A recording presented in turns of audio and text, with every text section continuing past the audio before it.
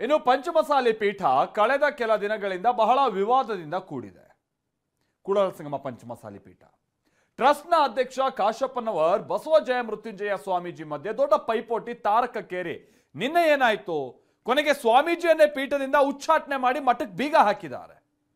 ಈ ಮಧ್ಯೆ ಸ್ವಾಮೀಜಿ ಇದೀಗ ಸಭೆ ಮಾಡೋದಕ್ಕೆ ಜಾಗ ಸಿಗದೆ ಬಸವೇಶ್ವರ ವೃತ್ತದಲ್ಲೇ ಭಕ್ತರ ಜೊತೆ ಸಭೆ ನಡೆಸಿದ್ದಾರೆ. ನನ್ನನ್ನ ಉಚ್ಚಾಟನೆ ಮಾಡೋದಕ್ಕೆ ಯಾರಿಗೂ ಸಾಧ್ಯ ಇಲ್ಲ ಅಂತ ಹೇಳಿದ್ದಾರೆ ಕೂಡ.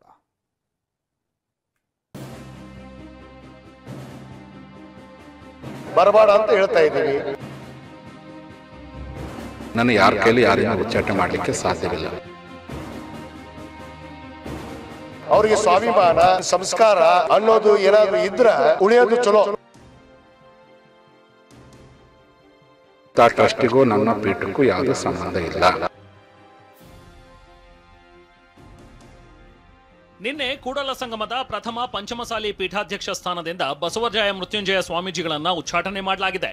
ಬಾಗಲಕೋಟೆ ಜಿಲ್ಲೆ ಹುನಗುಂದ ತಾಲೂಕಿನ ಕೂಡಲ ಸಂಗಮದ ಪೀಠದಲ್ಲಿ ನಿನ್ನೆ ಅಖಿಲ ಭಾರತ ಪಂಚಮಸಾಲಿ ಟ್ರಸ್ಟ್ ಅಧ್ಯಕ್ಷ ವಿಜಯಾನಂದ ಕಾಶಪ್ಪನವರ್ ನೇತೃತ್ವದಲ್ಲಿ ನಡೆದ ಕಾರ್ಯಕಾರಿಣಿ ಸಭೆಯಲ್ಲಿ ಈ ನಿರ್ಧಾರ ಕೈಗೊಂಡಿದ್ರು. ಸ್ವ ಆಸ್ತಿ ಹೊಂದಿದ್ದಾರೆ, ಹಣಕಾಸಿನ ವ್ಯವಹಾರ, ಟ್ರಸ್ಟ್ ಮಾತು ಕೇಳುತ್ತಿಲ್ಲ, ಸ್ವಾಮೀಜಿಗಳು ಸ್ವಾಮೀಜಿಗಳಾಗಿ ಉಳಿದಿಲ್ಲ, ಹೀಗೆ ಸಾಲು ಸಾಲು ಆರೋಪ ಮಾಡಿ ಉಚ್ಚಾಟನೆ ಮಾಡಲಾಗಿದೆ. ಪೀಠಕ್ಕೆ ನಿನ್ನೆ ಸಂಜೆಯೇ ಬೀಗ ಬಿದ್ದಿದೆ. ಕಾಶಪ್ಪನವರ್ ಕೂಡ ಸಂಸ್ಕಾರ ಸ್ವಾಭಿಮಾನ ಇದ್ರೆ ಸ್ವಾಮೀಜಿ ಪೀಠದ ಕಡೆ ಬರಬಾರದು ಅಂತ ಕಿಡಿಕಾರಿದ್ರು. ಬರಂಗಿಲ್ಲ ಅಂತ ನಾವು ಹೇಳ್ತಾ ಇದೀವಿ, ಬರಬೇಡ ಅಂತ ಹೇಳ್ತಾ ಇದ್ದೀವಿ. ಅವರಿಗೆ ಸ್ವಾಭಿಮಾನ, ಅವ್ರಿಗೊಂದು ಸಂಸ್ಕಾರ ಅನ್ನೋದು ಏನಾದರೂ ಇದ್ರೆ ಅವರು ಉಳಿಯೋದು ಚಲೋ. ಯಾರು ಅವರಿಗೆ 15 ಎಕರೆ ಜಮೀನು ತಗೊಂಡು ಮಲಪ್ರಭಾ ನದಿ ದಂಡಿ ಮ್ಯಾಗ ಹಾಸ್ಟೆಲ್ ಕಟ್ತೀನಿ ಅದನ್ನ ಕಟ್ತೀನಿ ಅಂತ ಹೇಳಿರಲ್ಲ, ಅಲ್ಲಿ ಹೋಗಿ ಮಕ್ಕೋಬಹುದು. ಇನ್ನು ಸ್ವಾಮೀಜಿಗಳ ಉಚ್ಚಾಟನೆ ಹಿನ್ನೆಲೆ ಇಂದು ಬಾಗಲಕೋಟೆ, ಬೆಳಗಾವಿ, ವಿಜಯಪುರ, ಹಾವೇರಿ, ಕೊಪ್ಪಳ ಸೇರಿದಂತೆ ವಿವಿಧ ಕಡೆಯಿಂದ ಭಕ್ತರು ಕೂಡಲ ಸಂಗಮಕ್ಕೆ ಆಗಮಿಸಿದ್ರು. ಕೂಡಲ ಸಂಗಮದಲ್ಲಿ ಯಾವ ಹಾಲ್ನಲ್ಲೂ ಸ್ವಾಮೀಜಿಗೆ ಸಭೆ ನಡೆಸಲು ಅವಕಾಶ ಕೊಟ್ಟಿಲ್ಲ.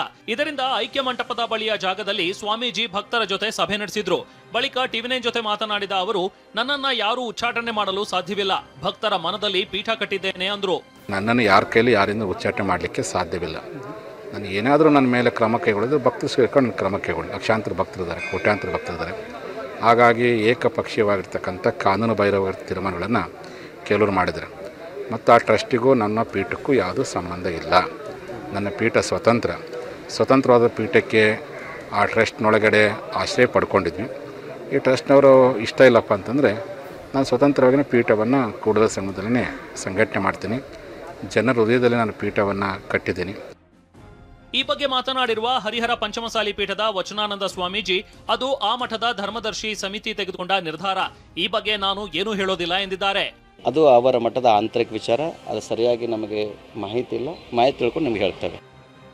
ಒಟ್ನಲ್ಲಿ ಸ್ವಾಮೀಜಿ ಉಚ್ಚಾಟನೆ ಟ್ರಸ್ಟ್ನ ಏಕಮುಖ ನಿರ್ಣಯ ಅಂತ ಶ್ರೀಗಳ ಭಕ್ತರು ಸ್ವಾಮೀಜಿ ಪರ ನಿಂತಿದ್ದಾರೆ. ಇದು ಮುಂದೆ ಯಾವ ಸ್ವರೂಪ ಪಡೆಯುತ್ತೋ ನೋಡಬೇಕು. ರವಿ ಮೂಕಿ, ಟಿವಿ9, ಬಾಗಲಕೋಟೆ.